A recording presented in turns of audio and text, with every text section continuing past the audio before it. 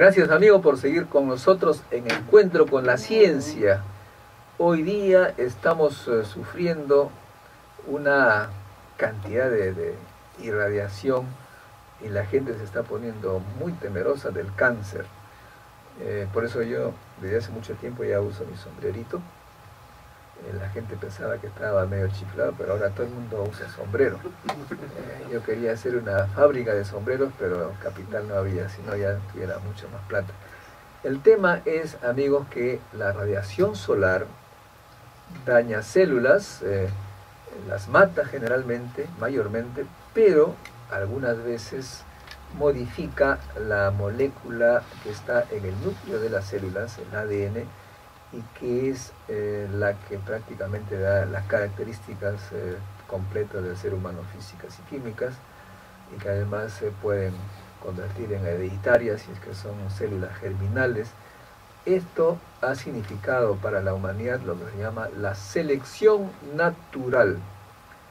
¿Por qué la gente que vive en la línea ecuatorial es más oscura que la gente que vive en Suecia, que parece ya de color de papel?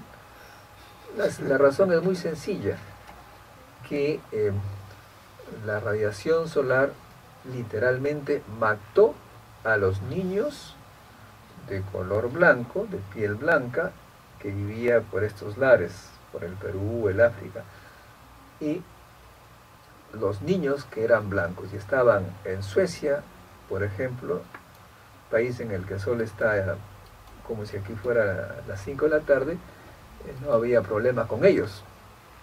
Por esa razón es que no hay niños en esa época primitiva blancos que quedaron vivos, simplemente el sol los mató. Y eso no ha cambiado. Si es que hay un niño demasiado blanco en Lima y se va a la playa sin mucha protección, simplemente va a tener altas probabilidades de cáncer. Tan simple como eso. Mientras más joven, la piel es más sensible.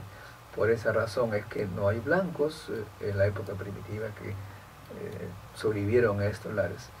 Porque si hubiera habido gente blanca, más allá de la pubertad, o sea, ya en la edad de procrear, también habría pues aquí personas de color blanco. Estoy siempre hablando de épocas primitivas, o sea, hace unos 10.000 años, 5.000 años, cuando no había casas, no había sombreros, etc. La selección natural simplemente liquidó a la gente que no tenía la protección necesaria. Y las personas con piel oscura, tenían la propiedad de generar protección, la melanina, que nos protege contra esos rayos solares. Para ser completos en la información, amigos, también tiene sus ventajas ser piel blanca, pero en Suecia, no acá. ¿Por qué razón? Porque en la época primitiva, hace 5.000, 4.000, la única fuente de vitamina D era la síntesis de la interacción de la radiación solar con alguna parte de la piel. De modo que hasta ahora me acuerdo, mi abuelito me decía, tienes que ponerte al sol porque si no vas a morir raquítico. Efectivamente, la vitamina D se sintetiza con el sol. Y la gente que vivía en Suecia tenía que ser de color blanco, porque si era de color oscuro, simplemente no llegaba la radiación solar a la profundidad donde se sintetiza la vitamina D. Entonces los negritos y los menos claros morían raquíticos, así nomás chiquitos, al depredador más cercano. Mientras que en estos lugares de alto sol no necesitabas tener, digamos, tan transparente la piel, porque la cantidad de radiación te permitía por lo menos llegar y sintetizar la vitamina D. Por esa razón, amigos, esta cosa tan elemental nos debe hacer pensar. Si ustedes tienen piel blanca, hay que protegerse en el Perú mucho, y ahora existe lo que se llama pues los bloqueadores solares. Mientras más blanco, más bloqueador, de modo que sale caro ser blanco en este país. Y los que tienen la piel más oscura, los negritos y los trigueños como yo, bueno, tenemos también que usar protectores, bloqueadores, pero de menos capacidad de bloqueo. Todo ello tiene que ver con la biología molecular y la herencia. Yo me estoy metiendo en este asunto simplemente porque como físico, y acá tenemos a Iván, sabemos que la radiación modifica la posición de los átomos en la molécula y a veces los elimina. ¿No es cierto, Iván? ¿Cómo es eso? ¿Cómo la radiación qué hace con el ordenamiento molecular? Bueno, con la cadena de ADN, yo que sepa, comienza a destruir las cadenas de ADN, ¿no? Y genera nuevas mutaciones. Pero desde el punto de vista físico, ¿qué sucede cuando viene físico, una radiación? La radiación transfiere energía al átomo y ese átomo puede salir de una cierta configuración. Sale la configuración y la estructura, el ordenamiento ya no es el mismo. Sí, claro. Y el ordenamiento significa información. La información ya no es la misma. Cambia la información. Y entonces cuando cambia la información en una molécula de ADN, acá viene ya nuestra conversación con Luis de Stefano. ¿Qué pasa, Lucho, cuando cambia alguna base, alguna molécula, algún átomo en el ADN?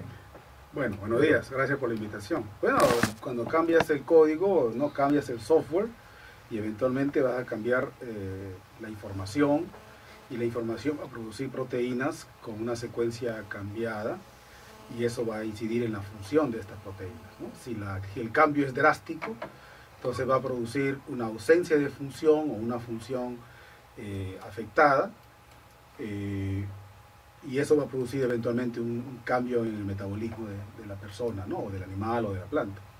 Esta cuestión del UV es muy grave. Casi nadie está hablando en el Perú del efecto de la radiación ultravioleta en la agricultura. En muchos lugares ya, por ejemplo en Rusia, se ha visto que la productividad del trigo se ha reducido en 10% debido a la radiación ultravioleta.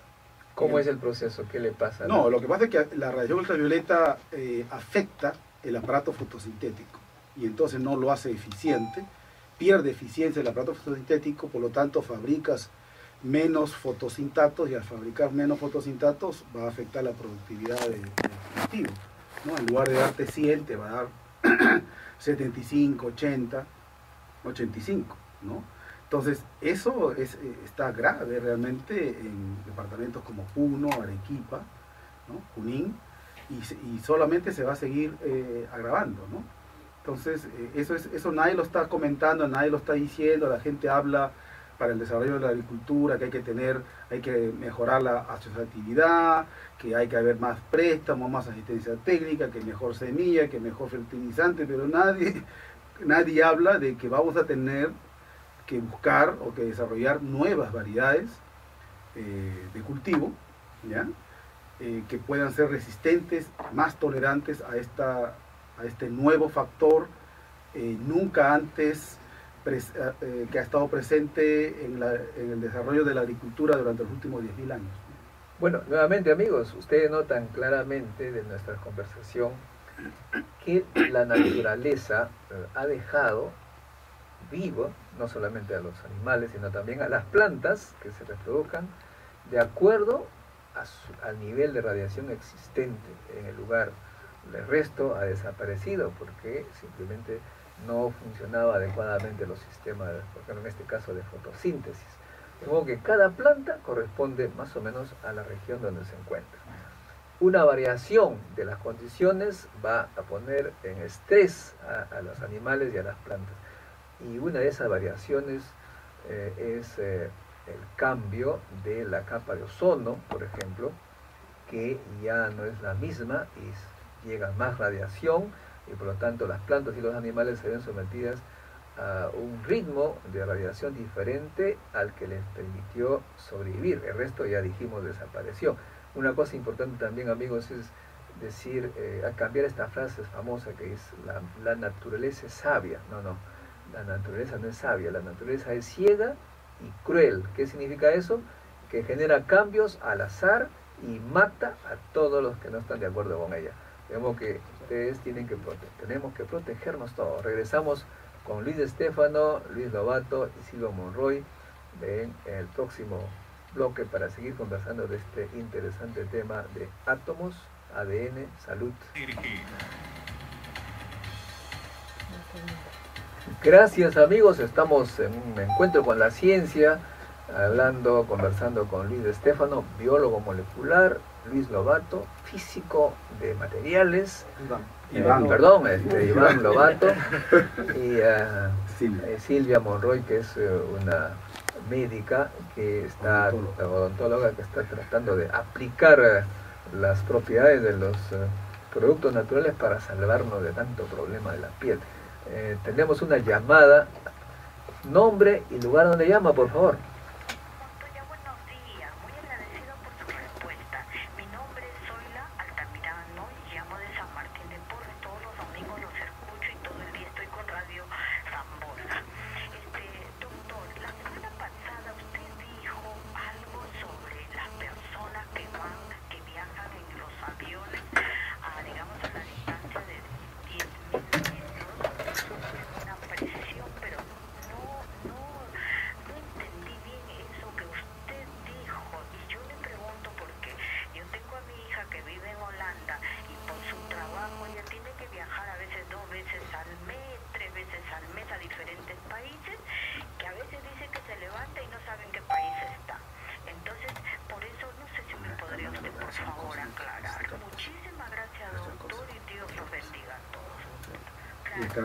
De lo que viajas en el avión.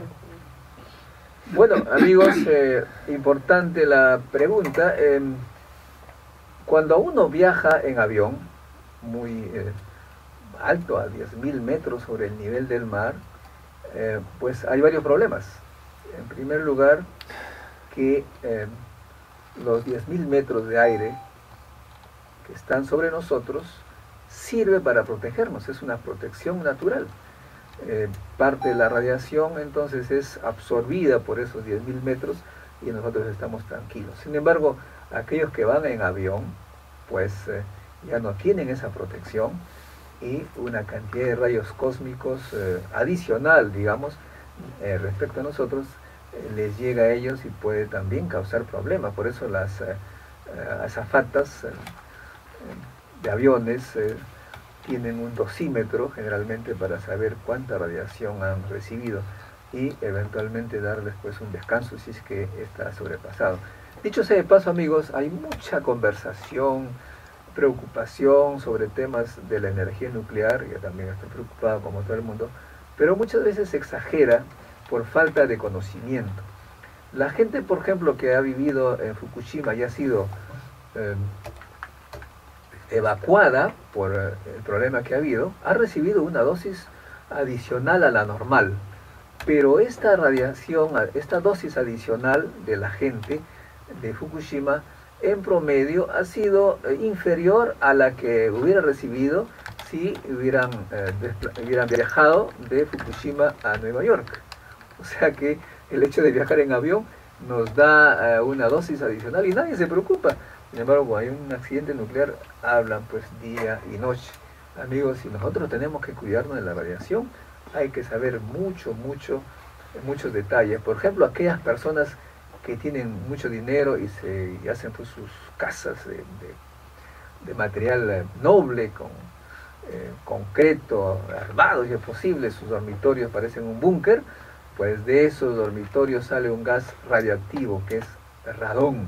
De modo que mejor tener una casita de madera o de esteras que tener un cuarto de radón. Acá en el Perú no nos preocupamos de nada porque como somos súper cholos, ya el Ministerio de Salud no se preocupa de nosotros. En los países del norte están muy atentos al material con el que las casas para evitar que salga del concreto pues el radón, ¿no es cierto, Iván? Ya, eso es verdad. Es parte del proceso de venta.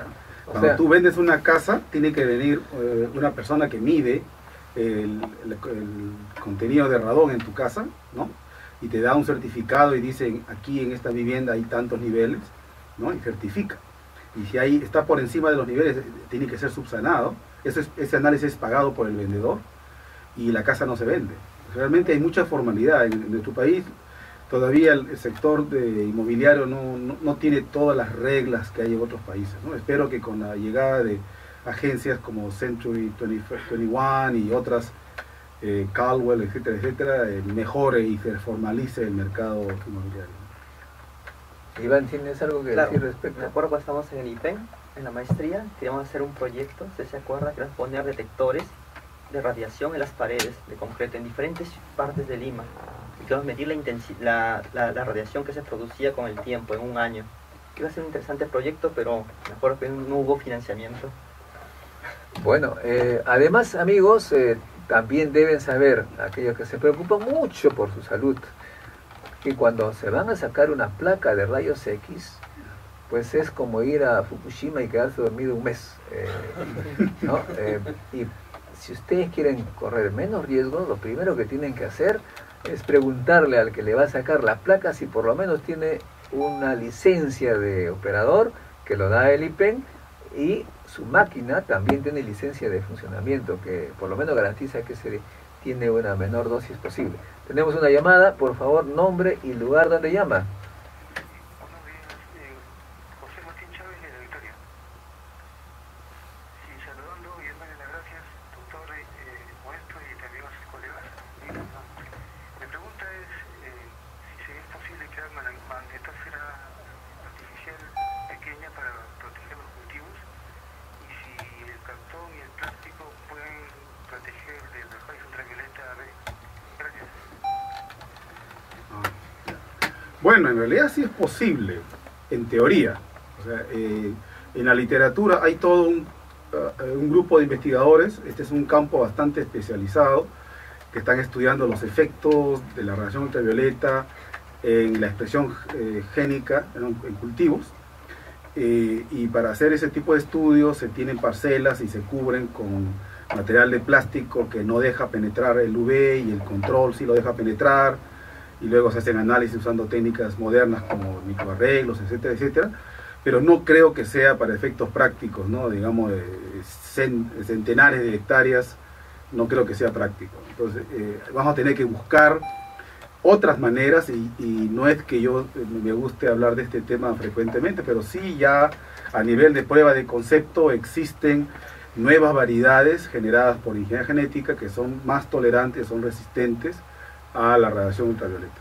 Programa, estamos en la parte de del ADN, las mutaciones, la protección de la salud con conocimiento. Lucho, te voy a hacer un test, ¿eh? Sí. Que seguro que vas a perder. ¿Tú sabes lo que es esta enfermedad que se llama incipiencia? Incipiencia, no la conozco. Bueno, yo tampoco la conocía hace una semana, por eso aposté, ¿no? Resulta que se habla mucho de analfabetismo científico. Entonces yo me pregunté, ¿analfabetismo científico? Analfabetismo significa no saber el alfabeto. ¿Y qué tiene que ver la ciencia con el alfabeto? Entonces busqué en el Google, ahora es fantástico, ¿cuál es la palabra que podría decir falta de conocimiento científico? Entonces busqué y comprobé también con la web de la Academia de la Lengua Española y descubrí que la palabra es incipiencia. Incipiencia es falta de conocimiento, falta de ciencia. Es una enfermedad extremadamente resistente en el Perú. Por todo tratamiento. A todo tratamiento, porque no hay un ministerio de la ciencia y la tecnología que nos permita justamente curar esa enfermedad. Hay un ministerio de salud, pero no cura esa enfermedad que es la incipiencia. Y claro, Lucho no está de acuerdo porque es pues un liberal de estos recalcitrantes que... No, yo sí estoy de acuerdo. Ah, bueno, ya cambió entonces. No, sí, estoy de acuerdo, pero no tanto en el timing. Eso es diferente. Entonces, la incipiencia, amigos, es una enfermedad que está matando gente por falta de conocimiento. Estamos hablando, por ejemplo, de que poca gente sabe cómo protegerse del sol, poca gente sabe por qué. Hace un momento escuchaba a Leon Trachtenberg que decía: me dicen que me proteja, que esto y que lo otro, pero no me dicen la parte lógica, la racional. ¿Por qué se produce el cáncer? Entonces vamos a retar a Lucho que use toda su capacidad pedagógica para que nos explique qué cosa es el secuenciamiento genético de una planta o un ser humano. ¿Qué cosa es, pues, Lucho? Bueno, el secuenciamiento es un conjunto de técnicas que te permite tener la información completa de la secuencia de bases de un organismo, ¿no? De una planta, un animal, una alga, una bacteria, un virus, etcétera. Por ejemplo, si yo diría, por poner una cosa paralela, una comparación, hago el secuenciamiento de la novela, 100 años, bueno, La ciudad de los perros, significaría colocar en una fila todas las letras de la novela separadas por una rayita cada letra. Una rayita, ¿no es cierto? Eso significa más o menos, ¿no? Y para eso pero eso no significa comprender qué dice la novela, solamente por supuesto, pero para demostrarte la técnica, o sea, para demostrarte lo complejo que es moler la novela en una licuadora. No me hagas tanta complicación. Pero molerla en pedacitos y a partir de esos pedacitos reconstruir el libro. Ese es el desafío. Lo importante es que se tiene todas las letritas. Así es. Pero no significa comprender la novela. No, por supuesto. Volvemos entonces en un momento para seguir con no vamos a moler el programa, pero sí a explicar qué cosa es el secuenciamiento y cuáles son las consecuencias. Regresamos. Gracias amigos por seguir con nosotros en este encuentro con la ciencia. Secuenciamiento, entonces dice Lucho, es simplemente poner una tras otra la letra de la enciclopedia que está en las moléculas, sean de animales o de vegetales, en las células, en el núcleo de las células. Pero, por ejemplo, si un chino hace el secuenciamiento de la novela La ciudad de los perros, va a ver las palabras, en este caso compuestas por 24 letras, una tras otra, pero no va a comprender. Eso él habría hecho lo que se llama el secuenciamiento estructural, ¿no es cierto? Así es. Ahora viene la parte del chino que quiere comprender qué significa cada frase, cada párrafo, y eso se llama, sería genómica funcional. Genómica funcional, saber qué significa. Ahora me decía Lucho que la genómica estructural contra Super Papaya, tú envías, no es tan sencillo, envías una muestra a Norteamérica y traen tu secuenciamiento, toda tu enciclopedia. Sí. Pero Bueno, esa es una información que tú tienes que luego ver la genómica funcional. ¿Qué significa eso? ¿Cómo es? Bueno, el costo ha bajado tremendamente, ¿no? Yo te comentaba fuera de micrófono que una colega me contó que deseaba trabajar con una especie, no voy a mencionar cuál es, y resultó que una compañía ya había secuenciado esa especie, pero no quería compartir con ella la información. Entonces dijo, ok, no llegamos a ningún acuerdo. Ella presentó un grant en su país por $50.000, purificó ADN de esta especie, lo mandó a una compañía y en 2-3 meses tenía la secuencia ensamblada y ahora ella está trabajando con esta planta, ¿no? Entonces, ahora volviendo al tema, sí, al ejemplo de los chinos, el chino ve pues las 24 letritas una tras otra y luego dice, ¿qué demonios significa esto? ¿Cuál sería el proceso que hace el chino? Bueno, esto es lo que se conoce como genómica funcional y ahí tenemos muchas técnicas, ¿no? Entonces, la pregunta que se plantea es ¿cuál es la función de estos 10.000, 20.000, 30.000 o en el caso del maíz 55.000 genes? ¿Qué hacen estos genes? Entonces, la manera existen muchas técnicas, pero una de ellas son los microarreglos, que te permite, a propósito, en Cayetano se ha inaugurado la semana pasada, se ha puesto a punto, no se ha inaugurado, pero se ha puesto a punto el primer laboratorio nacional de microarreglos completo. Tenemos una lectora de microarreglos, tenemos un robot que nos permite fabricar microarreglos de especies no comerciales, etcétera, etcétera. Bueno, esta tecnología te permite en un solo experimento comprender o tener conocimiento de cómo funcionan todos los genes de un organismo. En un solo experimento, en 2-3 días, puedes saber ante un determinado agente, por ejemplo, falta de agua en una planta, exposición a radiación UV, exposición a un patógeno, etcétera, etcétera, cómo reacciona la planta, todos los genes ante ese agente. Lucho, ahora tú puedes entender. Pero eso significa, espérate un momento, porque tú lo dices de una forma tan sencilla que ya me parece. Eso significa que ha habido todo un proceso de investigación en 40.000 laboratorios que han ido identificando función por función de gene por gene. O sea que es una base de datos increíble que debe se estar está acumulando. Lo que pasa es que ahora... No, porque tal como lo presentas es como yo leo y hay una máquina que me dice, es la acumulación del conocimiento de la humanidad.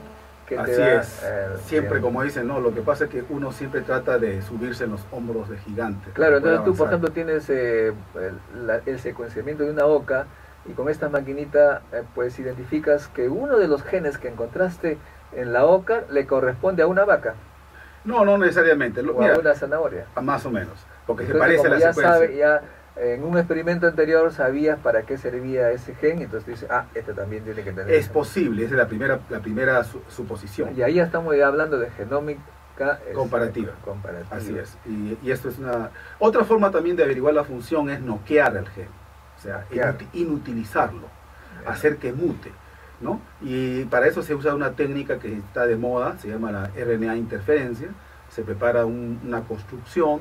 O se sea, tú introduce eliminas y ve qué pasa con ese gen. con O ese sea, producto, con es esa como, planta. es como una bala de plata. Entonces tú tú dices, inactivas como- un gen y deja de ver una produces función. una planta nueva que ya no tiene ese gen. Y luego comparas con el que tiene todos los genes funcionales, ¿no? Tu control, y comienzas a ver qué es lo que le pasa y de repente tú ves, por ejemplo, que la plantita que le falta ese gen ya no florea. Entonces tú dices, entonces es posible que ese gen que yo he inutilizado tenga que ver con la producción de flores, ¿no? Con algún paso que tenga que ver con la producción de la planta. Bueno, aquí viene una pregunta que me parece a mí la más importante de saber. Ujú. ¿Cuál es? Bueno, en el mundo científico entonces se ha descubierto las propiedades de tal o cual gen, que es un arreglo, ¿no es cierto? Una serie de bases, en Holanda, en Estados Unidos. En el Perú, ¿qué gen se ha descubierto acá en el Perú con su respectiva función? Bueno, en mi laboratorio hemos logrado tener una colección de casi 8.000 genes de maca, y con estos 8.000 genes de maca hemos hecho un microarreglo, un microchip de maca, y hemos hecho una evaluación comparativa entre los genes de maca roja y de maca negra, y hemos encontrado algunas diferencias. No quiero todavía decir nada porque todavía no está para publicación, nos faltan llenar algunos huequitos, pero nadie en el mundo va a estudiar maca sino solamente nosotros a este nivel. Entonces en el Perú tenemos muchas especies y esta es la ventaja de hacer ciencia, digamos, de la frontera en nuestro país, porque podemos estudiar especies nativas del Perú, ¿no? Y poder hacer contribuciones a la comunidad científica internacional en cosas bastante fundamentales a partir de especies nativas, porque las especies modelo que usan en el mundo como Arabidopsis, maíz, trigo, ahí no vas a poder competir, ahí tienes tú a 10.000 científicos trabajando en genómica de maíz, Bueno, pero, ¿no? Pero si tú trabajas en alguna especie nativa, matas dos pájaros de un tiro, puedes hacer cosas muy interesantes de la frontera y al mismo tiempo estás estudiando una planta peruana, ¿no? Para resolver algún problema fisiológico. Está bien, pero yo entiendo que la maca debe tener genes propios que no existen en otras plantas de Europa, etcétera. Pero también creo que debe haber genes que están en otras plantas en Europa. Sí, de estos 8.000 Lo que yo genes, me refería es qué gen han identificado típicamente peruano con su determinada función. No, todavía no. De los 8.000 genes hemos encontrado más o menos unos... algo, ¿Ah? sea. No, sí te entiendo. No. Mi pregunta era, no, yo soy honesto. mi pregunta era, ¿qué gen en la maca o en alguna planta peruana se ha encontrado y se le ha visto su función? Un gen que no existe en ninguna otra planta en el mundo, identificada por otro laboratorio y que se sabe para qué sirve. O sea, todavía no hemos ubicado un gen no, sí con hemos su determinada ubicado. función Todavía el estudio única peruana. No, que a donde existe. yo te puedo decir es que de los 8.000 genes de maca que tenemos, hemos encontrado por lo menos un 20 a 30% de esos genes que no tienen contraparte, o sea, no existen en otras plantas. Muy bien, pero y ahora pero estamos estudiando no se su sabe todavía función. para qué sirve. Todavía. Claro, entonces estamos todavía estudiando y hemos visto que algunos de estos genes se expresan en un momento determinado y no en otro, pero estamos comenzando a estudiar su función. Yo veo que Gustavo González así es. quiere identificar el gen de la maca que da la potencia sexual, ¿no es cierto? Bueno, que tenga que ver con la producción de los principios activos, ¿no? Y ese es el principio, digamos, de la meta. Se hace millonario si consigue eso, ¿eh? Bueno, por supuesto, vendría a ser una patente, etcétera, etcétera. No. De eso se trata, de eso se trata. Yo creo. También a mí me está vendiendo su maca que tiene que ver con la próstata. Así es, mira, esto por ejemplo es una cosa que realmente... Ahora no sé si va a resultar porque no lo voy a enjuiciar. No, mira, no sé si Gustavo te ha mencionado esto, pero en Estados Unidos los americanos gastan $1.000 millones al año en comprar una planta, extracto de una planta llamada zopalmeto. Pero esta planta solamente alivia los síntomas de la hiperplasia benigna de la próstata. En cambio, lo que ha encontrado Gustavo, y realmente algo sensacional, es que la maca roja, ¿no? No solamente alivia los síntomas, sino que de alguna manera revierte la hiperplasia benigna de la próstata, ¿no? Me sacrifico, no como Sacha Carrión, pero... Entonces ahora lo que tenemos que encontrar, ¿no? Y esto es lo que está buscando él y nosotros estamos queriendo colaborar pero desde el punto de vista genético, es encontrar cómo lo hace y el por qué. Y entonces tú te imaginas que ese conocimiento puede impulsar la comercialización de maca roja en Estados Unidos, y si capturáramos un 20% de esos 1.000 millones, estamos hablando de $200 millones al año, bien, solamente bien. en Estados Unidos. Ya estamos terminando. Una pregunta final, Lucho. Uh-huh. Desde que hace ya más de 2 décadas vengo escuchando que el CIP, el Centro Internacional de la Papa, está concentrado con organismos internacionales sobre la papa. Creo que es el producto más estudiado del Perú, ¿no? Sí, sí, pero la investigación que ha hecho el CIP es una investigación que lo que se dice en inglés downstream, ¿no? Es de mucha mayor aplicación, no es una investigación upstream, o sea, digamos a nivel fundamental.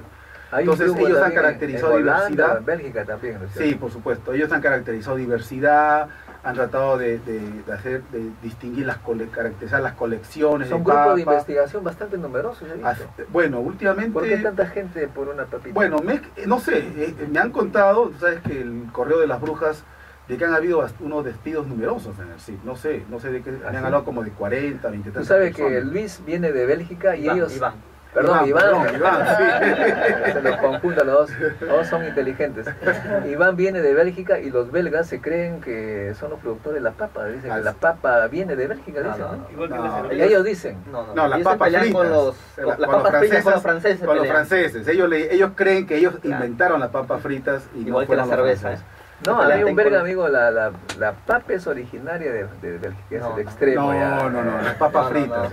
Papas Bueno. fritas. se Y a pelean con los propósito, franceses. ellos comen papas fritas con mayonesa y no con ketchup como se come aquí. Bueno amigos, ya nos están haciendo signos casi obscenos para terminar con el programa. Les agradezco enormemente a Luis de Estéfano, Iván Lobato, Silvia Monroy, de esta interesante jornada de un encuentro con la ciencia dedicado a los materiales biológicos, a la biología, la genética estructural, funcional. Seguiremos con estos interesantes temas que tienen que ver con la evolución de los vegetales, los animales y por supuesto del ser humano, y cómo esto sirve para mejorar la calidad de vida de todos los peruanos. Volvemos la próxima semana a las 10 de la mañana.